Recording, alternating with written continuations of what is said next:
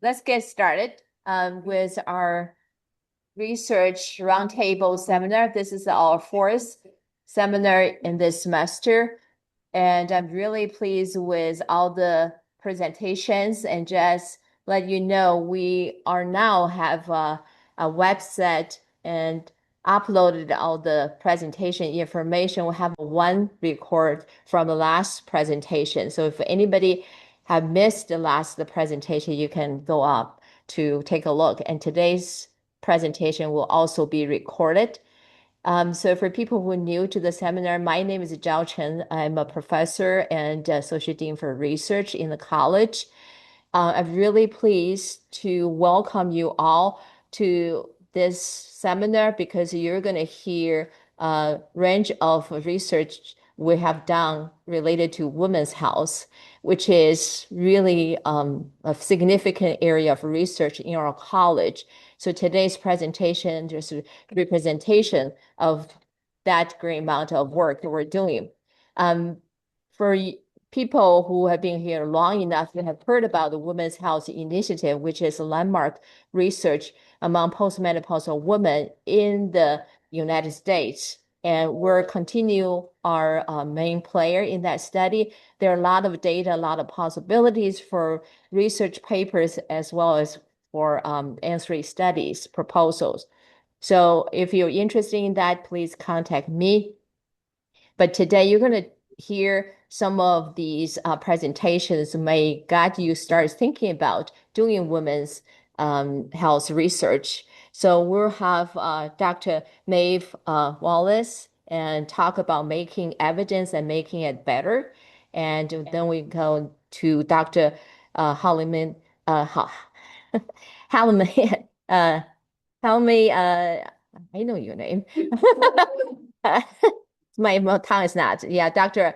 Alaofe, and who will be talking about women's empowerment and health insights from maternal care, nutrition, and measurement research across global contexts. And then we're going to finish up with Dr. Katy Ortiz and Pino, who will be talking about evaluation of Arizona's sexual violence prevention and education program. After each their presentations, please hold your questions because we're going to have a panel discussion at the very end. So let's get this started. So we're going to have Dr. Wallace here. And just a heads up, we're going to have a survey about your feedback and reflection on this seminar. And we'll be sending that out. Also have a QR code at the end of today's seminar. Thank you. Enjoy. Got my timer to keep on my 10 minutes. Thank you all for being here. I'm really surprised to see so many and delighted to see so many people given the time of the semester we're at. And I know everybody has 1,000 things going on. So, did you want to do the land acknowledgement or? Sure. We have our land acknowledgement. Yeah, I did not go that far. So we're going to do the line acknowledgement. We respectively acknowledge the University of Arizona is on the land and territories of indigenous people.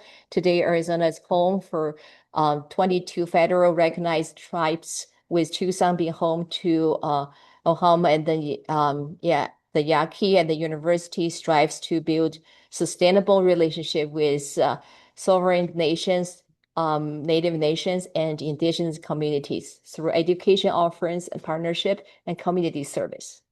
Thank you. Thank you.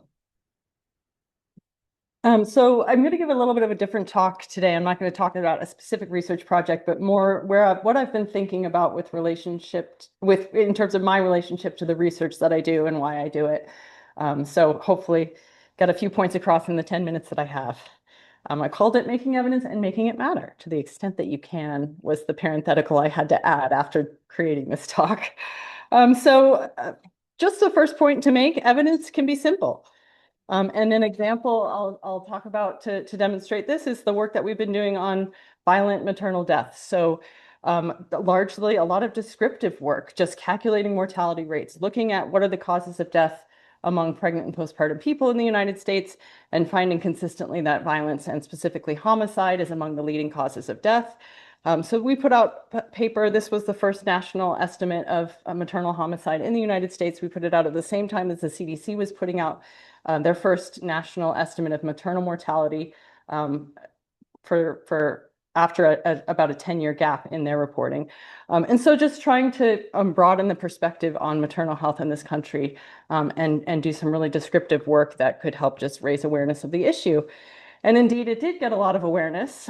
We had a lot of media coverage from this paper and other papers related to this, looking again at the increased risk of homicide for people who are pregnant or postpartum. It is, it's a very easily sensationalized headline. It's a horrible finding. It's a horrible fact. And so, probably my one and only time I'll be in BuzzFeed News. But they love a good headline. And all the journalists that I spoke to, talked about this horrific and shocking finding. And I said, actually, this is not a new finding. And there's studies dating back to the 80s that have shown, this immense magnitude of violent death perpetrated in particular during the postpartum or pregnancy and the postpartum period against women in the United States. And so what the shocking thing should be is that this is still the case. And how have we known about this for so long and nothing is happening? So I think a lot of that media attention helped to move this evidence into higher levels of influence. So we had citation by the Surgeon General's Call for Action on Maternal Health in 2020. We had a citation of this work as a driving factor motivating the Office of Women's Health calls for funding proposals for states and local jurisdictions to stand up programs and interventions to reduce violence-related maternal death in their area. So that was a great, like I said, largely descriptive work. You don't have to master your epi methods, although you should as an epidemiologist. This was really just doing some basic mortality rate estimation and comparisons. Evidence can also be complicated, and a lot of times it has to be complicated. And in this example, I'll talk about our work looking at the impact of state abortion restriction policies on trends in maternal and infant health outcomes. And so trying to isolate the independent effect of a single policy on a population level outcomes such as infant mortality, maternal mortality, those kinds of things is hard and it's complicated. So this is a paper we just had accepted at the American Journal of Public Health, where we're looking at trends in the birth rate and the preterm birth rate in states that banned abortion following the Dobbs decision. In that paper, we have no less than 17 supplemental figures. Each figure, we have 4 different econometric estimators, trying to, like I said, really isolate the independent signal that we're seeing here in the data. We've sort of just put it all out there. We put it in the supplement, but we're being as transparent as we can, looking at this in as many ways as we can to make the case that what we're seeing is in fact an increase in the birth rate and the preterm birth rate, specifically among non-Hispanic Black women in states that banned abortion following the Dobbs decision. So it's always been my goal to create evidence that can be used for action. And a lot of time, the action that's happening on the ground that I know of only because of partnerships with health departments or community partners, people that are actually out there doing advocacy work or providing public health, practice and professionalism are telling me what's happening or what's useful for them, and sort of that information informing the research questions that I ask, so that I can build evidence that's then useful for them. So prior to the Dobbs decision in 2022, which removed the federal constitutional right to abortion, as you may or may not know, many states were passing many different types of abortion restriction policies in the years leading up to that decision. And so, in recognizing this was sort of this accelerated march towards the making abortion illegal, we started to sort of fill what I thought was a gaping evidence gap in terms of what are these policies doing to maternal and child health in the United States, and maternal health in the United States being an issue of big concern on both sides of the political aisle. So we put out some evidence showing that state abortion restriction policies, again, all prior to the Dobbs era when we still had Roe v. Wade in effect, we found associations with increased rates of intimate partner homicide of reproductive age women, increased rates of maternal mortality and infant mortality in states that restricted access to abortion. So, in trying to create that evidence and trying to get it out there, it was cited in at least 2 amicus briefs submitted to the Supreme Court for the Dobbs decision, 2 that I know of. It might have been cited in more. We signed on to these amicus briefs, hoping that, this evidence would help to inform a decision around the health impacts of these types of policies, and that evidence would inform an action that was based in evidence. But I think we all know what happened on June 24th, 2022, and then when that decision was decided and the Supreme Court sided with the state of Mississippi and removed the federal constitutional right to abortion, irrespective of whatever evidence had or had not been submitted. And so that's sort of one line of work where I'm grappling with how does evidence inform public health policymaking.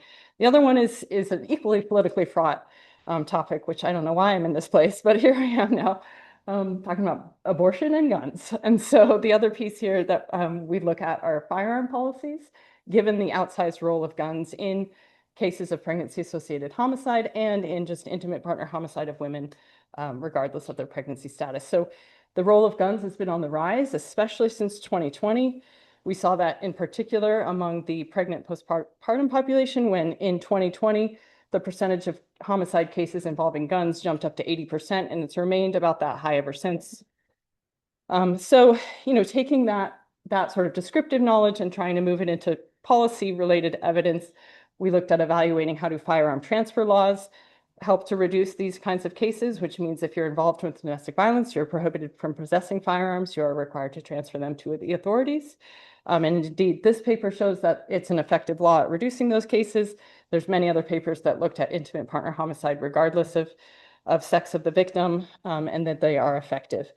And yet, in recent years, this is from Louisiana, where I used to be based, but it's happening in states across the country. We're seeing a lot of firearm policies that are really going in the opposite direction, making the policy environment a lot friendlier to gun rights. So Louisiana, in the past couple legislative sessions, they passed things like permitless concealed carry, removing training requirements that previously were in effect for people who wanted to own firearms, and kind of things that would move in the opposite direction of the evidence that's out there.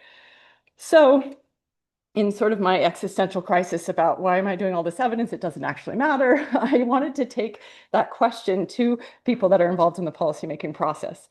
So we've been doing interviews with people specifically involved in firearm policy, and also involved in sort of domestic violence prevention and an interest in protecting women or preventing violence against women. And sort of ask them, so what is the role of research evidence, or does research matter in the policymaking process? And sadly, as you can see from these 2 quotes, I think sort of on both sides of the aisle, there's this issue we're dealing with where there's skepticism around the objectivity or the subjectivity of the research questions that we are asking, the idea that people are manipulating data to fit their political agenda. We had the firearm rights lobbyist, pretty much disavow science writ large and say he doesn't believe in science anymore, and that if he sees something, he's going to drill down into it himself, which reminded me of when Nicki Minaj said she was going to do her own research during COVID-19. I love that. But even the firearm regulation lobbyist, says she does believe in data, she loves data, but she feels like it's weaponized, and she sometimes brings it to when she's going into the legislature to argue for a policy, and sometimes she doesn't, depending on who she's up against. So then we asked, okay, if research and data doesn't matter, what does matter to the policymaking process for public health, and specifically for women's health? And so the firearm control advocate said it's relationship and money and just whatever people are beholden to. The firearm gun rights advocate said it's ideology, individuals with power and influence on the floor, and their idea of just being pushed through. So I don't know where I go with that as someone who's trying to make evidence so that policy is evidence-based. But a couple of points of hope that I hold on to is that at least one state policymaker we talked to, who's the actual person in there drafting the legislation and voting on it, said that you, meaning researchers and you all, are the ones that help us illustrate and make the case. Like, this is actually what's going on. This is what's happening. These are the statistics. This is how a law could actually change this outcome. And I think then the rest is sort of to the extent that we can make sure that that's reality. And so that's a picture of us, me and some other researchers and our community partners and our city council person having testified before city council. And, just trying to make the case that evidence still matters. And it's picture's a couple years old, so I'm there holding my infant baby, who's now a little bit of a bigger girl. But in the end, I do it for her, and I hope that even if it doesn't matter to some state policymakers, what I'm doing matters to her. So that's it. Thank you.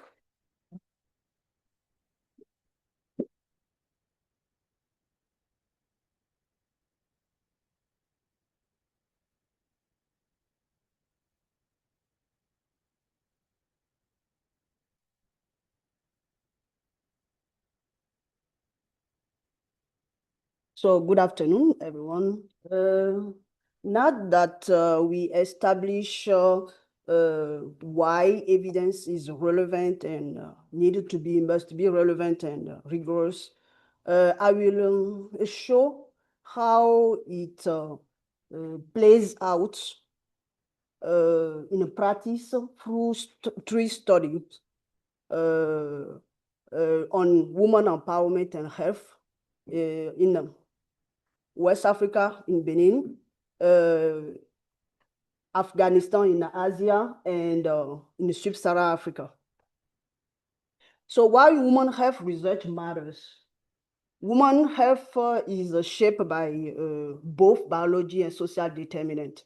When we talk about social determinant, it include the social, the economic, and the social condition of the woman, specifically when we talk about gender inequality.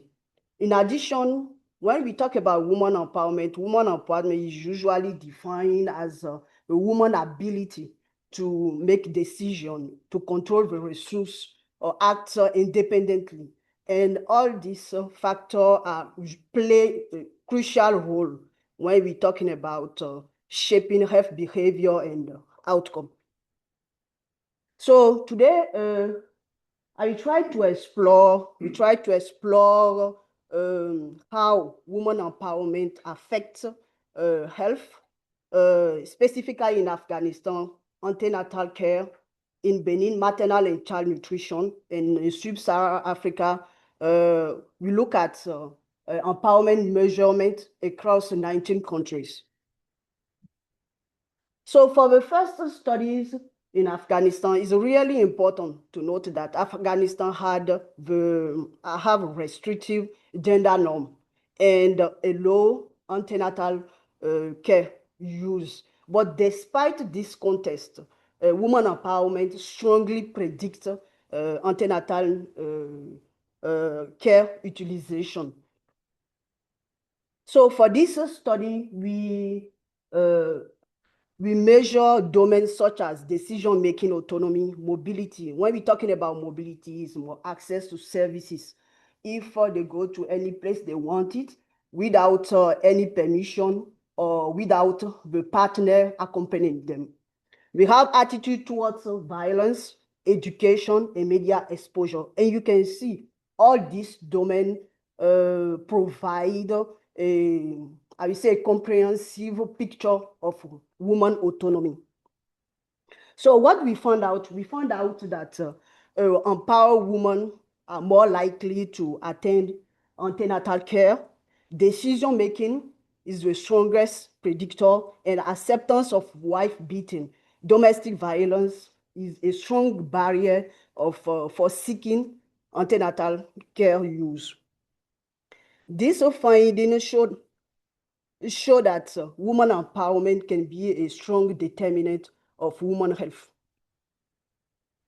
Now, in Benin, we look at the effect of woman empowerment on maternal dietary diversity and child nutrition. We measure domains such as control over resource and time, mobility, leadership, education, and attitude towards violence. And you can see that they reflect both household and community agency. The finding, empowered women had a higher dietary diversity. They have a capacity to diversify the food at household level. That means which can lead to a better health outcome. The children have better nutrition score. They have lower stunting, which is chronic undernutrition. And education and mobility were the strongest predicator. So you can see that a woman empowerment can help to not only can help for daily food choices, but also underscore intergenerational impact of gender inequality. In the further study, we use demographic and health survey from 19 countries, and we validate a standardized measure of using exploratory and confirmatory factor analysis. And the finding highlights what we have consistent domain empowerment, woman domain among countries. As you can see, in a Central Africa, what happened, we have attitude towards violence, labor force participation, education, access to care, that are consistent. That means we can compare the different countries in this region. But when we consider the different region, you can see here, compared to Central, West, and Southern Africa, in East, the education is not relevant. That this finding of reinforce the need of context specific approach to be able to respond to the needs of these different regions. So what do we learn from all these studies? First is that we have consistent relationship across countries. Women empowerment lead to better maternal care. Women empowerment contributed to better nutritional outcome. However, when we consider the different domains, it varies by context, it varies by area. And gender norms are powerful barrier. But also, we realize that women empowerment impacts health outcome through decision-making autonomy to affect the behavior before we can get to the outcome, the health outcome. So you can see here, we have the structural context here, gender norm, legal environment, lead to the fact we have the woman empowerment with a different domain. We calculate based on a questionnaire that help us identify those who have better decision or not. We have mobility, access to different services, the control over resource, education, the access of information, and attitude towards violence. Through autonomy and decision-making, which is an agency to act on preference, we have the impact on health behavior, antenatal care, use, maternal dietary diversity. We have care seeking and adherence, which can lead automatically to a better outcome, such as improved maternal health, better child growth and nutrition, and overall well-being. What are the implications of all these results? That means health program has to integrate women empowerment rather than just to focus on women empowerment separately. Is a big mistake. At the same time, I talk about context. It's really important when we're talking about women empowerment, not just to focus on women. Women in cultural, if I consider just my home country, we have this dynamic of the household. So focus on just women is a big mistake. We have education, we have women mobility, resource access. We have also shift in harmful norm. That's very important if you want to improve women health and child outcome. And to conclude, empowerment is a powerful determinant of women health. We can use women empowerment to be able to affect maternal care, nutrition, and child health. However, we need an accurate measurement to be able to design effective intervention. And thank you.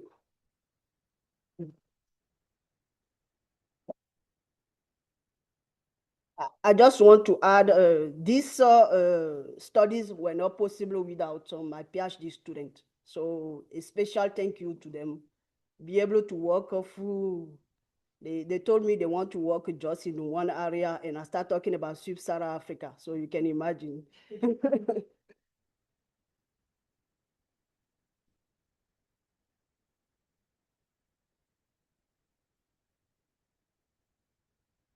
Hi, everyone. Happy to be here. My name is Katy Ortiz y Pino. I'm the program director of the Participatory Evaluation Institute. We're in the Participatory Evaluation and Action Research Center in Health Promotion Sciences. And I think it's fitting that I'm going last because my talk is really discussing how all of that evidence that we were talking about gets translated into effective programs and how we can use a participatory approach to evaluation to make sure that those programs that are being implemented on, in this case, on a state level, are effective and impactful and relevant for the communities that are being served.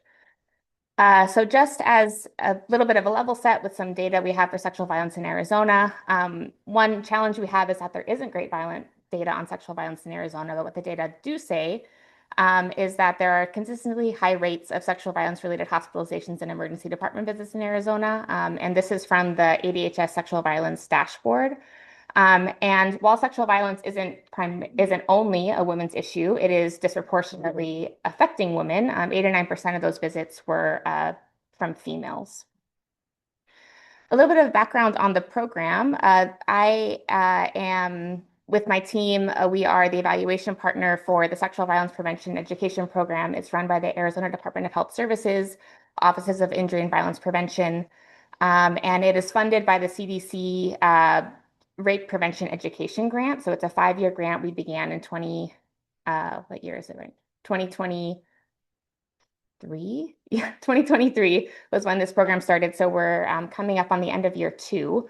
And it is a program that is also supported by an organization called Close to Home, which comes out of California, but has kind of a nationwide presence. And they have a community-led model for sexual and domestic violence prevention that uses kind of local networks and organizations and community groups to build connections and co-create solutions to prevent sexual violence.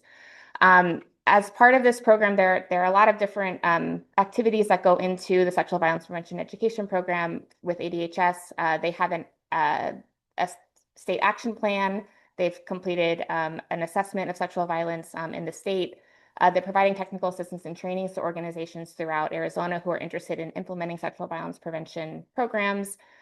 They are also funding interventions on a local community level to support kind of community-driven activities to prevent sexual violence. And they also really have a focus on building partner capacity, which is where Close to Home comes in, and how they make sure that after this funding is ended, there's still that capacity that is left behind. For those who aren't familiar, participatory evaluation is a collaborative approach to evaluation that brings interest holders into all parts of the evaluation process. So we work with our ADHS partners, with Close to Home. We will work with the grantees when that funding is sent out. But it makes sure that those interest holders are involved in the evaluation process from the beginning all the way to the end, from designing the evaluation, understanding the evaluation questions, collecting the data, analyzing it, interpreting it, and then sharing it and disseminating it out to anyone who needs it. It's an approach that's really rooted in community-based participatory research. That's kind of what our research center as a whole really focuses on. And with any evaluation that we do, we bring in these principles of participatory evaluation. So making sure that it's a mutual learning process, that the evaluation is oriented to the needs of the community, that it's flexible and collaborative. We really strive to advocate for our partners, ground all of our work in our data and community expertise, and build program and evaluation capacity. It's kind of small, I guess. This is a note for the evaluation frameworks that we're using to guide and support the evaluation. And again, I think it's fitting because much of the data that we were just talking about, that sort of data is what builds these frameworks that are then implemented into these large statewide programs. And as evaluators, we're looking at gathering the evidence to understand how these evidence-based approaches are being utilized, where they're working, where they're not working, and how we can improve the program based on the data that we're able to collect and what we have. And so we are using a comprehensive sexual violence prevention. The entire program is using a comprehensive sexual violence prevention strategy. So we will be using these principles to make sure that the way that the program is being implemented is kind of in line with these best practices. So that includes promoting social norms that protect against violence, teaching skills to prevent sexual violence, providing opportunity to empower and support women and girls. In the case of Arizona, they're really focusing on economic stability as those opportunities, creating protective environments, and supporting victims and survivors to lessen harms. We are also incorporating a health equity approach to preventing sexual violence. We were fortunate to be able to design this evaluation before January of this year, so we still have the word equity in there. And so we're also keeping track of how the ADHS program and the programs that will be funded as part of this kind of statewide effort are elevating community leadership and resilience, creating spaces for healing and prevention efforts, facilitating internal organizational change, addressing the underlying factors that contribute to violence and safety, and partnering across field and movements. So these are all the things that we are looking at in terms of the implementation of this program to ensure that it is having the maximum impact and really based in evidence and the needs of the community. I wanted to take a moment, so you've hearing me say we're kind of waiting to do this. So one challenge that we've had, and that's something that happens when we move from kind of research to action for these sorts of initiatives, is that while the program has begun and there have been some training and capacity building, the state action plan has been released. None of the funding, which is really the core of this program, none of the funding has been awarded yet. And there are a lot of reasons for that. There have been a lot of bureaucratic challenges and then some administrative challenges that they're working on. But the ADHS program has not yet awarded those grants. And I'll talk about that a little bit more in a moment. But these are the strategies that the grantees will be using in their local communities with their coalitions and their local coalitions to prevent sexual violence on a local level. So there are kind of 3 strategies they'll be using, all based in evidence. So coalition building, they'll be working on advancing family-friendly policies, strengthening households' financial security. For improving community environments, they'll be working on violence prevention, adoption and implementation, trauma-informed practices, and integration of sexual violence and sexual health, modifying the physical and social environments towards community connectedness, and working on alcohol-related policy and implementation. They'll also be working to promote protective social norms. So that includes campaigns, policies, programs for gender equity and inclusivity, engaging men and boys as allies, and community supports for family life caretaking and early childhood development. So in terms of a participatory evaluation approach to this sexual violence prevention and education program, we are really working as partners with ADHS and Close to Home to prepare for the implementation of these programs. And we are collecting the data that we have so far to help them think about how to implement these programs, what data we need to collect to understand their effectiveness and their impact, and then setting up those systems to be ready once the money is finally released. And so some ways that we've been doing that, we've been working with Close to Home to create an organizational readiness assessment that will be used for the funded programs that will help tailor technical assistance. And it will also be kind of released and available for organizations who are interested in building their capacity, even if they aren't a funded program through this grant. We have supported ADHS to pivot activities.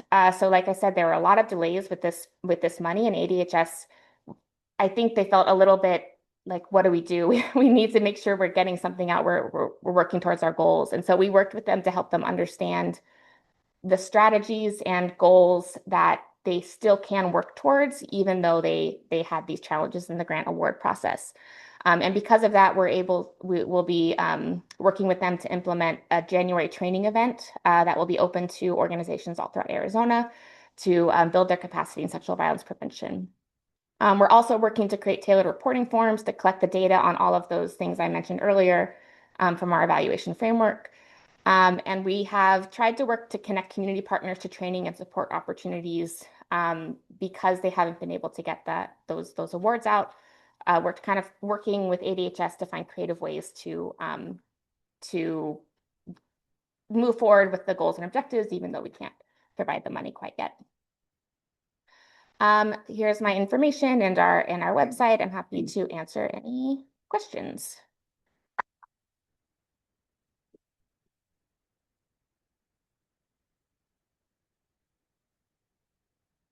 Well, like to invite all the presenters come up and have a panel discussion.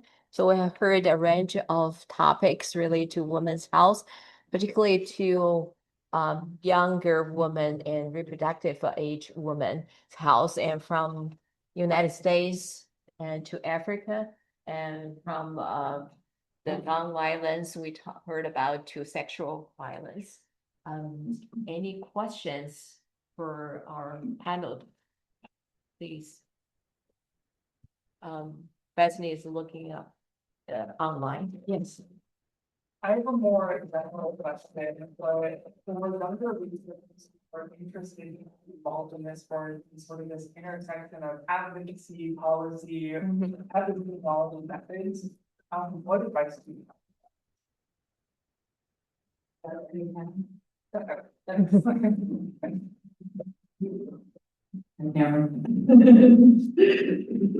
Yeah, I think, I don't know, I always describe my own approach as like keeping one foot out the door of academia, personally, because I didn't know if I wanted to be both feet in the door ever.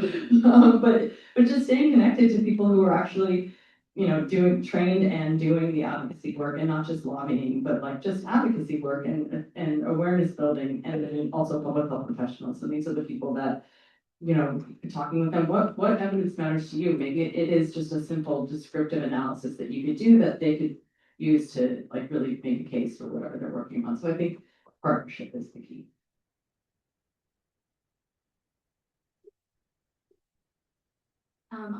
I'll just answer it from, I'm not a researcher, and I have a master's in public health degree. And I think what I really love about what I do is that I get to look at all of the data and evidence out there and both inform effective programs, but also kind of bring that back into the academic sphere. So how do we identify research priorities out for the future? So I would just say that there are a lot of different ways that you can use, this degree, use the information you're learning. And research is one way, and it's really important and excellent. And there are a lot of other ways that we can bring those principles and that evidence into the programs we work with. But again, outside of academia. Well, I will add that it's really important to have data to be able to convince the policy people. Without data, they won't listen to you.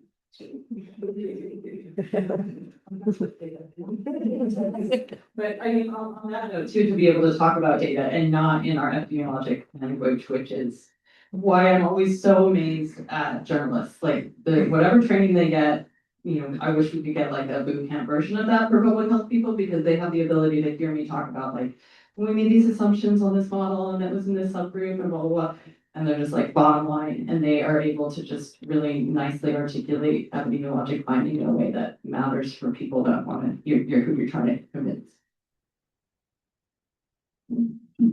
Yeah, that's a great question. We teach our students in class and how to do the research and how to do the research, and says have a good reliability, have can be generalizable and so on and so far. But we heard this, especially for a certain field, We used to talk, I'm an epidemiologist, very busy collecting data and and then have a conclusion and just leave there, hope somebody will pick it up to do the work.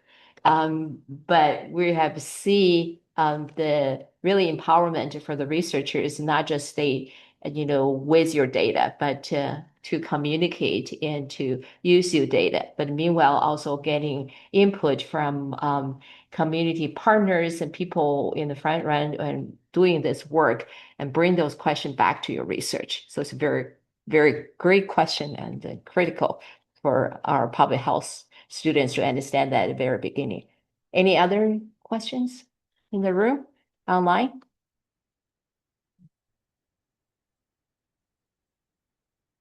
So we're talking about training. We have our director for communication here. Do you have any comments, Schiffer, about? Hmm.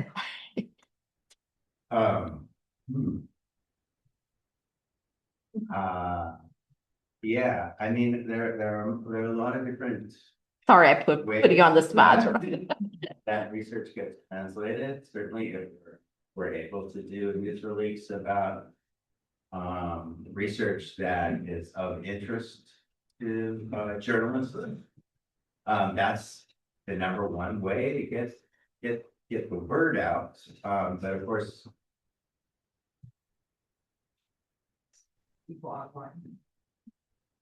hi there. I wasn't expecting to get a question, so I'm kind of processing it as I'm speaking. But the question was about I think communicating research. How do we take data and communicate it in a way that it informs the larger population, the general public, but also, as we've seen today, how does data and research inform policy and programs that can make a difference in people's lives? And there's a lot of different ways that can happen. Maeve mentioned the remarkable ability of journalists to translate research and the way researchers often talk about research into concepts that are easy for the general public to grasp, and that is vital. And when we're able to get media outlets interested in our research findings, that is the number one best way to get the word out. It's as distressing as some of the findings that were shared today are, getting the word out about them raises public awareness so that ideally in a democracy, action can be taken to do things that make people's lives better. But at the same time, I mean, I think public health, public health is at the intersection of translating research into action, into policy. And I'm not an expert on that, but I see it happening all around me all the time. And I think that is one of the great values of public health, is to take the data and figure out how we can do things to make people's lives better. I hope that answers the question, but if people want to come and think about how to get their research or their data out there, just reach out to me. Thank you, Super. I apologize for getting you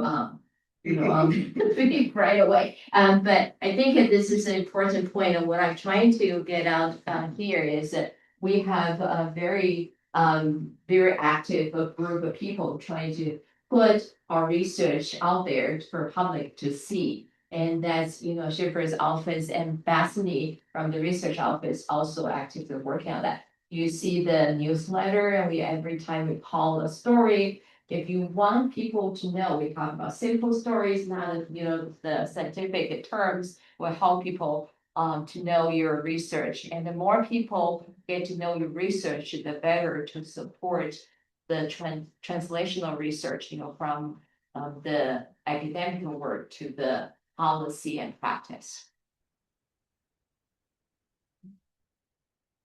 Any other questions for our panels, or the panel have any last advice or conclusion for your presentation?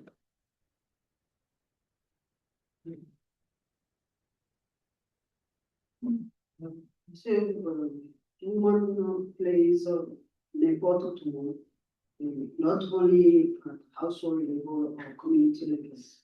So, definitely is an area of research, and a lot need to be learned, and we see how we can translate all this result in reality, in action. So definitely we can use women to be able to do child health. We can use women to be able, to provide for the household. So really, a lot of impact that we need to be that needs to be considered when we're talking about problem. Thank you.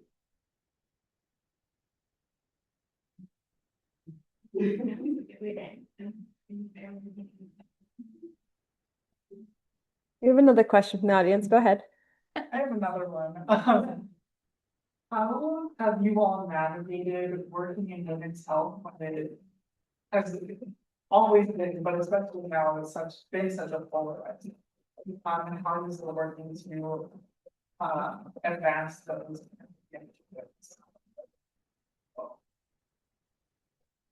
I can talk about that a little bit from kind of a on the ground perspective. So in my role, the program I talked about is one evaluation project that we work on, but we work on a variety of projects, everything from teen pregnancy prevention to suicide prevention, colorectal cancer screening.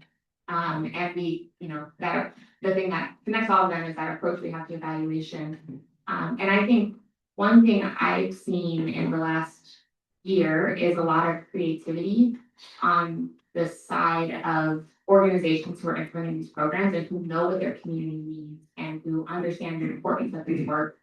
But then all of a sudden there's words you can't use or there's strategies you can't talk about. And so I think it's been really interesting to discuss, to be a part of those conversations as the evaluation partner thinking through, okay, what is important to this community and how can we make sure it happens given, any limitations that might exist because of the federal funding landscape or because of, what's happening politically. And having those, I think someone mentioned it, those partnerships is really crucial because everything starts with relationships. And once you have that relationship and that trust and that rapport, you can really work together to find creative ways to continue the work, even if it's using a different name. Well, on my part, I really like the relevancy. It's what gets me to woman health, woman empowerment. I noticed that people talk about woman empowerment, and it was not the way they measure the woman empowerment. I didn't see that in my contest. So I was curious to know if we can apply the same, conclusion finding in the contest I'm working on. So from there, I start working on this area to see how we can use, because I understand the role of a woman, and to see how we can use woman empowerment to be able to make changes at household level, but also community level.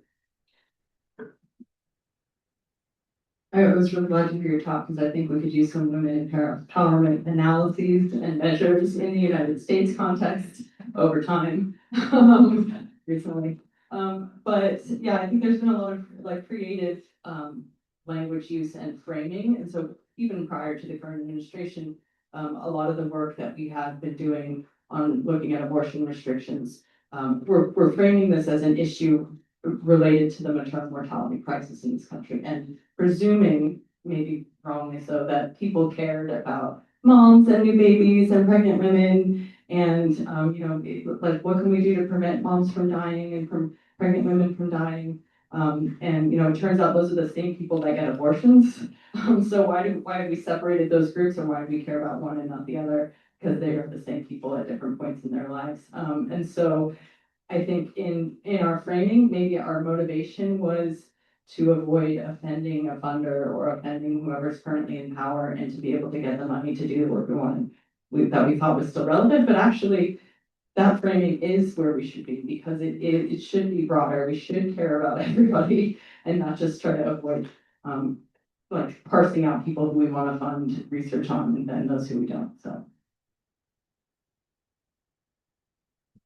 Okay, so with that, I think we'll reach our, the panels would be here to answer any questions if the audience here would like to stay on. Bethany, you want to talk about the survey? Sure, yeah, we would appreciate feedback. It has a few questions. It's for all of the seminar sessions, so you can tell us which ones you've been to. And I'll also be sending it out via email. Here, I have a bigger QR code if you need one. I'll be sending it out via email to the CAFAL listserv. And so we appreciate all of your feedback and everyone's participation and time coming. Thank you so much. Happy holidays.